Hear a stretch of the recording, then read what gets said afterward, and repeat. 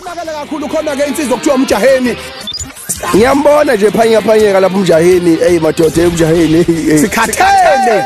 Ngiyabingelela kuMizwa FM umjaheni lo. Cha bafethu sigeqa amagula la. Sesikhathele. Kunenamba engihluphayo la mangibala ngithi 1 2. Yena umjaheni. Sikhathele bafethu manje yazi ukuthini sesikhathele ngempela. Sikhathele izinyanga ezigqambukela emqolweni kaMaskandi. Yena umjaheni.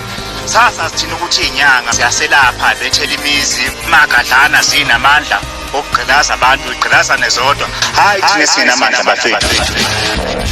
Yabona umjaheni mfana wami ngithi sa So siyakhuza lento sesikhathela abantu abahlukane inyanga nokuthi singene endabeni zomculo. Inkingi yodwa zifuna ukutrenda zikhohlwe lapha. Ngizwe Mchunu FM njalo ngomgqibelo kusuka ku11 kuya lapha ku12